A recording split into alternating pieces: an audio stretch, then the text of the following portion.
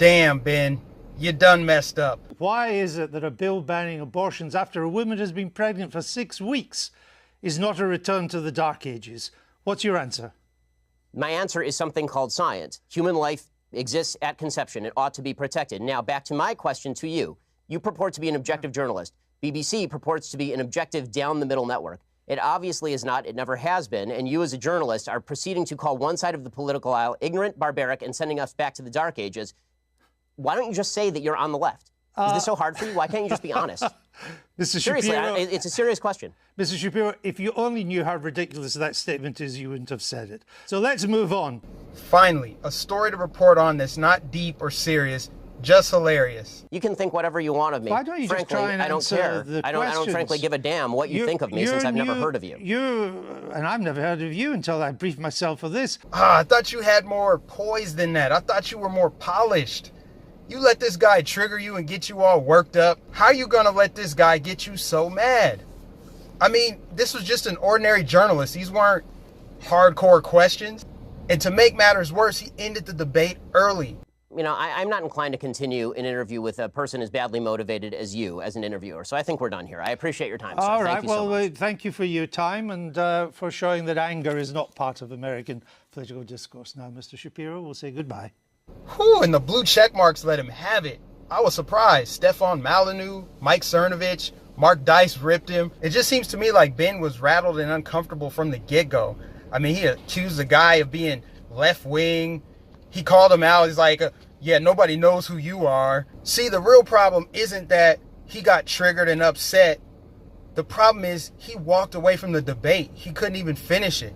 That's a bad look, Ben. I don't know what it is about these mainstream conservatives, man, but they just rub me the wrong way. Ben Shapiro, probably the main one. And this was good. I feel like he needed this. He needed to get served up some humble pie because he acts so conceited. He's so smug and pompous. He acts like he is the creme de la creme of conservatives. And he also got exposed because outside of college campuses where he's triggering blue-haired feminists screaming at him, this is how he looks. I mean, this guy didn't say anything he didn't already know. It's not like he was hitting you with stuff you didn't know about. He talked about things you said in the past. You got triggered by facts. So why so triggered, Ben? Facts over feelings. Now, to be serious, I do have some actual problems with Shapiro. I just feel like the past month or so, he's really pissed me off. He mischaracterized the Charlottesville comments that Trump made. When it's already been cleared up, it's like, whose side are you on here, Ben? So let's move on. Would you vote for Mr. Trump in 2020? I'd certainly consider voting for Mr. Trump in 2020, just like I'd consider voting for anybody else in 2020. So you don't like Trump, you're a never Trumper, so that means you're going to vote for a Democrat in 2020? What sense does that make? Either you care about America or you don't. He's always undermining Trump. Like, oh, his character and his... Who cares, man? He's doing great things for the country. Why don't you focus on that?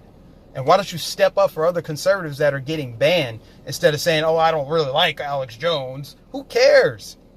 Doesn't matter if you like him or not. You're a mainstream conservative, so it doesn't make sense to me why you wouldn't have a more firm stance on free speech.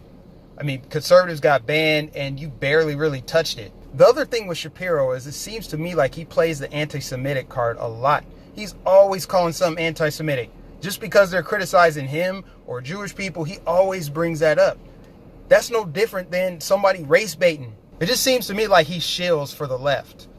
And he definitely shills for Israel, but I ain't gonna go there. Now, I don't dislike Ben. I don't hate him. I think he's a good guy.